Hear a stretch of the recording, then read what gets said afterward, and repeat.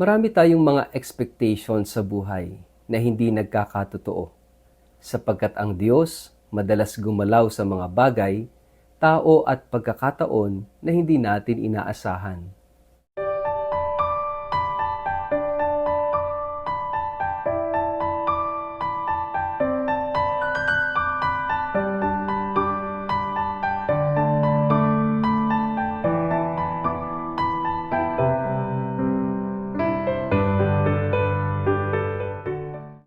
Ang mabuting balita ng Panginoon ayon kay San Lucas. Tandaan ninyo, walang propetang kinikilala sa kanyang sariling bayan. Ngunit sinasabi ko sa inyo, maraming byuda sa Israel noong panahon ni Elias nang hindi umulan sa loob ng 3.5 taon at nagkaroon ng taggutom sa buong lupain. Subalit hindi pinapunta si Elias sa kanino man sa kanila, kundi sa isang byuda sa Sarepta, sa lupain ng Sidon. Sa dinami-dami ng mga may ketong sa Israel noong panahon ni Eliseo, wala ni isa mang pinagaling at nilinis maliban kay Naaman na isang taga-Syria. Nagalit ang lahat ng nasa sinagoga nang marinig ito. Nagsitayo sila at itinaboy siyang palabas papunta sa gilid ng bundok na kinatatayuan ng bayan upang ihulog siya sa bangin. Ngunit dumaan siya sa kalagitnaan nila at umalis. Ang mabuting balita ng Panginoon.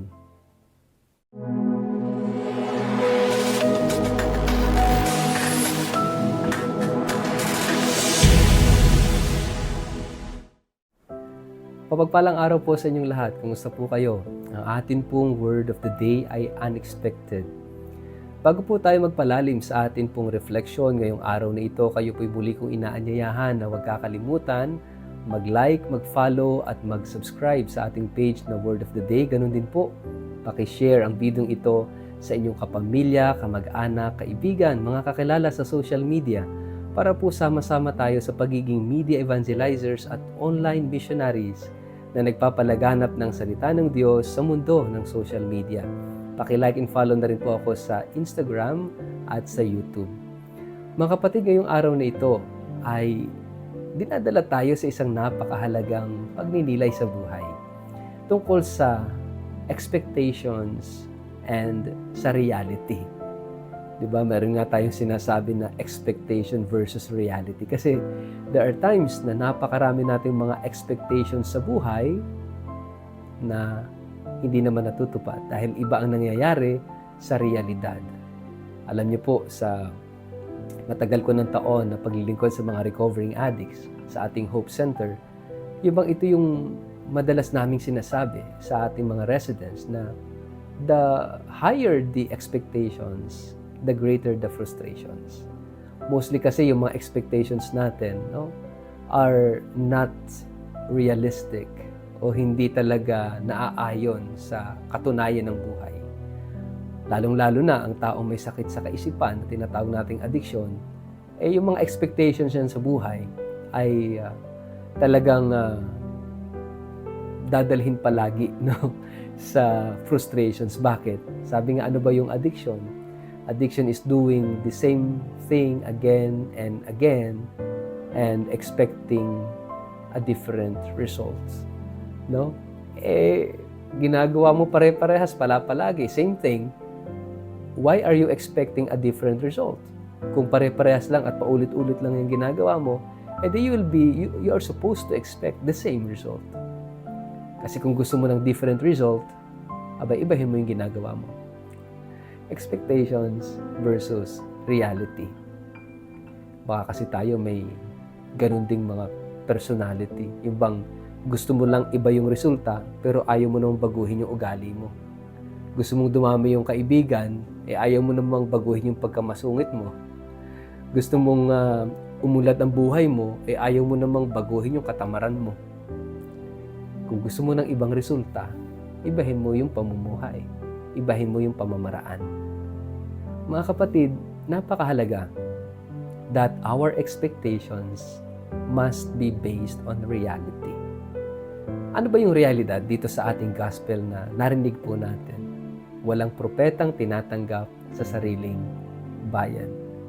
Is it a reality? Yung bang propeta dapat mag-expect na siya tatanggapin? Of course, not. Kami mga pare, siguro narinig po ninyo na kami ay hindi ini-assign sa sarili naming mga bayan. For what reason? It's not about dahil kami taga roon, but it's more on pastoral, no? Pero I heard that some bishops used to assign their priests sa sarili niyang bayan. At magandang pag-aralan ito, ano yung implications, ano yung pros and cons. Baka naman nga merong magandang idulot ito compared doon sa palaging sa ibang bayan ini-assign ang mga pare. Pero kung ating titingnan, dito sa gospel, sinabi rito, hindi naman sinabing walang paring tinatanggap sa sariling bayan. Ang sabi rito, walang propeta. No? Magkaiba po yun eh. Iba yung priest at iba yung prophet. Why? Bakit ang isang propeta ay hindi tinatanggap sa sariling bayan? Siguro yung pare, oo, masarap tanggapin, no? At madaling tanggapin ng mga tao. Ako yung first na pare sa aming bayan. As of now, first and only. But hopefully, masundan na rin, ano? Pero yung pare, siguro madaling tanggapin. Pero yung prophetic role, mahirap tanggapin ng mga tao yan. Why? What is the role of a prophet? The role of a prophet is to proclaim the truth. Ipahayag at ituro ang katotohanan, ang katarungan, ang kabutihan. At hindi lahat ay handang marinig ang katotohanan. Hindi lahat handang tanggapin ang katarungan. Ito yung problema.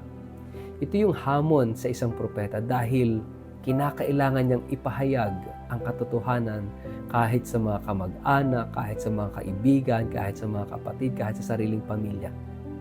And not everyone is ready to accept and to listen to the truth. Why? Masakit po yung katotohanan. Masakit po yan at mabigat po yung katarungan.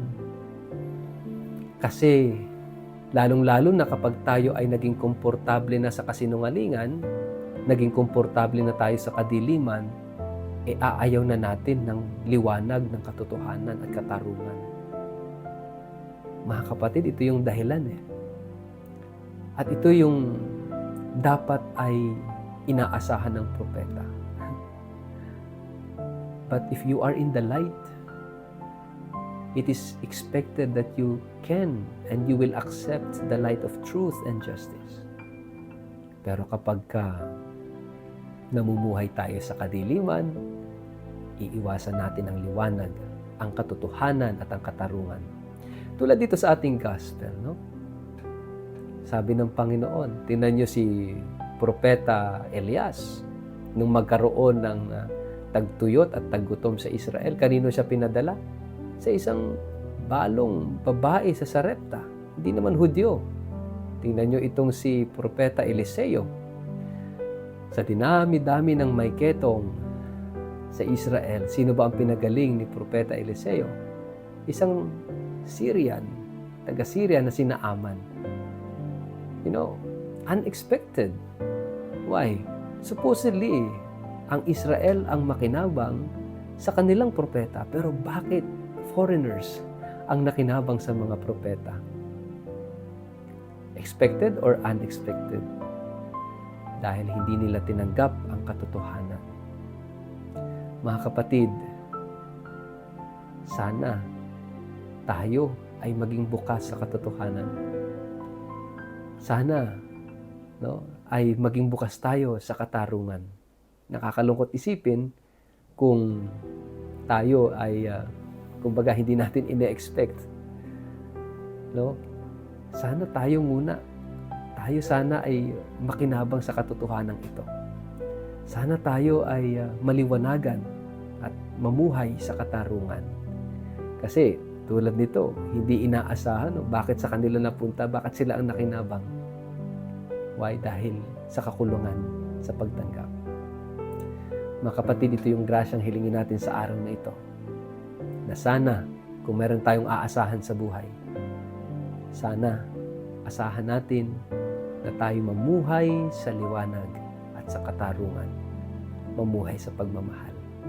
Upang sa ganoon, pagdating ni Jesus sa buhay natin, upang sa ganoon, pagdating niya sa buhay natin, handa tayo. Tayo ay handang tumanggap sa liwanag ng katotohanan at buhatin ang responsibilidad at maging makatarungan. Sana ito yung maging reality. Sana ito yung maging totoo sa buhay natin. Amen. Sa ngalan ng Ama, ng Anak at ng Espiritu Santo. Amen. Ama naming Diyos, marami kaming inaasahan sa buhay. Subalit sana itong mga inaasahan namin ay maging nakaugat sa katotohanan at sa realidad ng buhay namin. Nawa kami ay palaging mamuhay sa katotohanan, pag-ibig at katarungan. Amen.